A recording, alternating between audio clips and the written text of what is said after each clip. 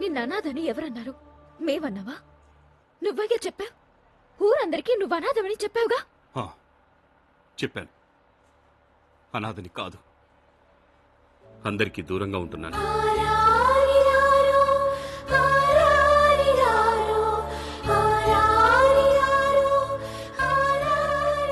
సరే, మీ అమ్మా నాన్న ఉన్నారన్నావుగా, ఇప్పుడు వాళ్ళు ఎక్కడున్నారు? ఊర్లోనా?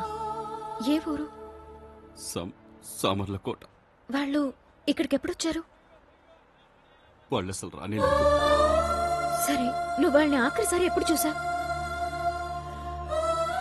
చెప్పు. నువ్వు వాళ్ళని చూసి ఎన్నాళ్ళైంది?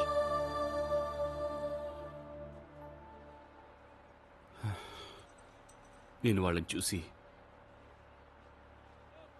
15 ఏళ్ళు. 15 ఏళ్ళ?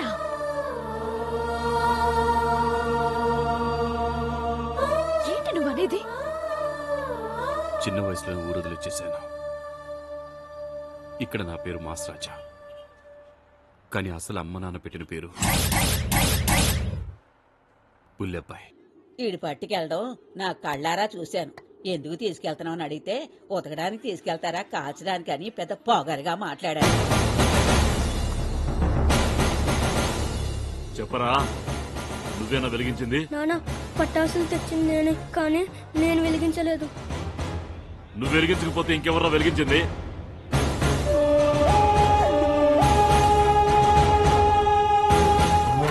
నాన్న, తెలియదు నాన్న. ఏంటి తెలీదా? నిజంగా తెలియదు నాన్న.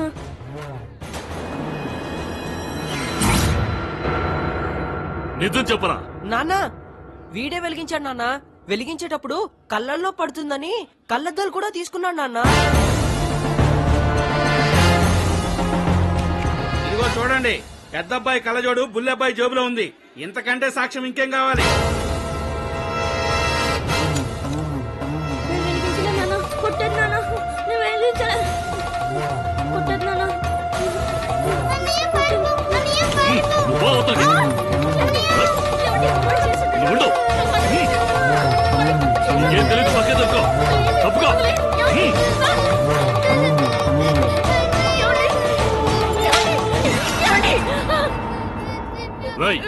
ఇంకెప్పుడు నీ ముఖం నాకు చూపించుకో.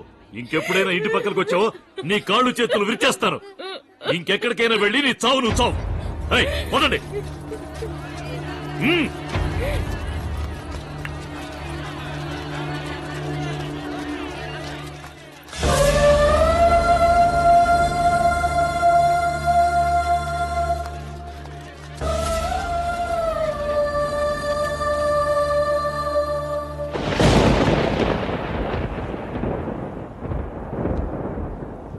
అలా పారిపోయి వచ్చిన నేను తిరిగెళ్ళి అమ్మా నాన్న బాధ పెట్టడం ఇష్టం లేక ఉండిపోయాను. చిన్న వయసులో అన్నయ్య చేసిన ప్రతి తప్పు నా మీదకి నెట్టేసేవాడు. అది తెలియక మా నాన్న ప్రతిసారి నన్నే కొట్టేవాడు. ఇక్కడికి వచ్చాక ఆడాళ్ళు ఎవరైనా నన్ను బుల్లెబ్బాయి అని పిలిస్తే మా అమ్మే నాకు గుర్తుకొచ్చేది. అలాగే మగాళ్ళు ఎవరైనా బుల్లెబ్బాయి అని పిలిస్తే నాన్న గుర్తొచ్చేవాడు.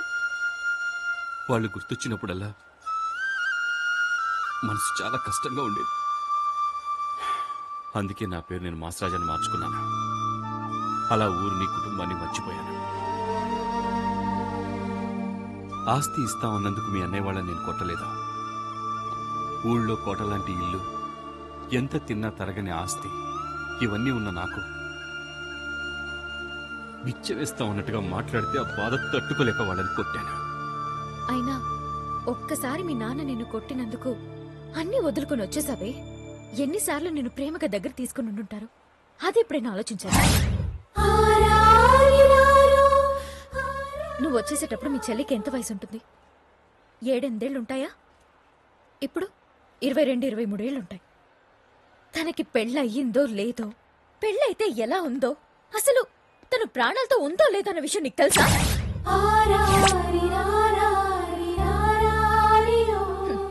తెలీదు కదా? నీకేం అర్హత ఉంది చెల్లెల మీద ప్రేమ ఉన్న అన్నయ్యని కొట్టడానికి? ఒక చిన్న మాట అన్నందుకే కన్న తల్లిదండ్రుల్ని వదిలేసి వచ్చేసావే. భార్యాభర్తలంటే 1,00,000 గొడవలుంటాయి. రేపు నీ భార్యగా నేను వచ్చి ఏదన్నా అంటే అప్పుడు నన్ను కూడా వదిలేసి వెళ్ళిపోతావా? నా మాట సరే, ఏ పిల్ల నిన్ను నమ్మి పెళ్లి చేసుకుంటుంది?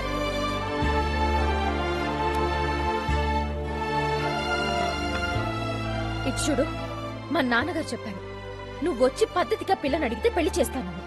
ఇంకా అది జరగనే జరగదు. ఆ మాటకి ఛాన్సే లేదు.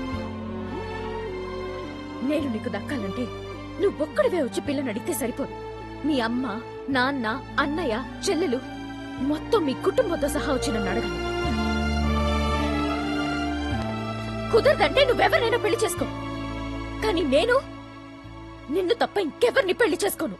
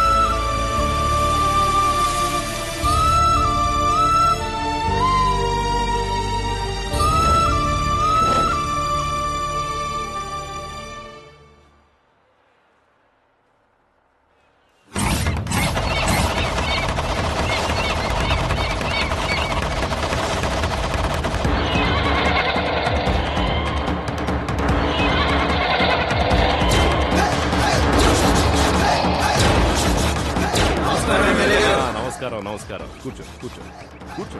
మామ బాగున్నావా? బాగున్నాడు. అమ్మ పోయే ముందు అన్ని ఆలోచించావా? నడవని మిల్లుని నన్ను ఎన్నాళ్ళని కాపలా కాయమంటారు. మీరు అనుభవం ఉన్నోళ్ళు కదా, కొన్ని నడపండి. పెద్దోడా, నాకు ఊహ తెలిసినప్పటి నుంచి మీ కుటుంబంలో ఎవరు ఆస్తి నమ్మడం జరగలేదు. నువ్వు మొట్టమొదటిసారి అమ్ముతున్నందుకు మనసుకి చాలా కష్టంగా ఉంది. నేను అడిగానా? ఏ ముసలోడా, ₹1,00,00,000 ఆస్తి నమ్ముతున్నాను, నాకు లేని బాధ ఓ సింగిల్ టీకి సాక్షి సంతకం పెట్టడానికి వచ్చిన నీకు పొడుచుకొచ్చిందా? డబ్బిమ్మనవయ్యా.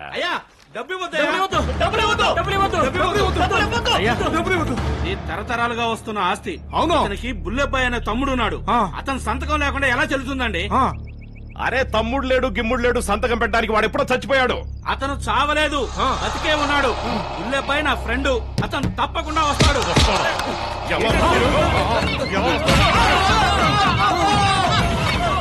కుదిరిన పేరు చెడగొట్టడానికి వచ్చాడు పూర్వం. వాళ్ళు వెళ్ళిపోయారు గాని మీరు కూర్చోండి. కూర్చోండి అయ్యా. ఆ డబ్బులు ఇవ్వండి, సంతకం పెడతా. మీ తమ్ముడు గురించి ఏంటయ్యా తమ్ముడు తమ్ముడు తమ్ముడు అని? వాడు ఊరదిలిపోయి 15 ఏళ్ళయింది. ఇంకా వాడు రాడు. ఏ ట్రైన్ కిందో లారీ కిందో బస్సు కింద పడి చచ్చుంటాడు. మట్టిలో మట్టిగా కలిసిపోయి ఉంటాడు. వాడు మళ్ళీ రావాలంటే ఆ మట్టిలోంచి మొలుచుకు రావాలి.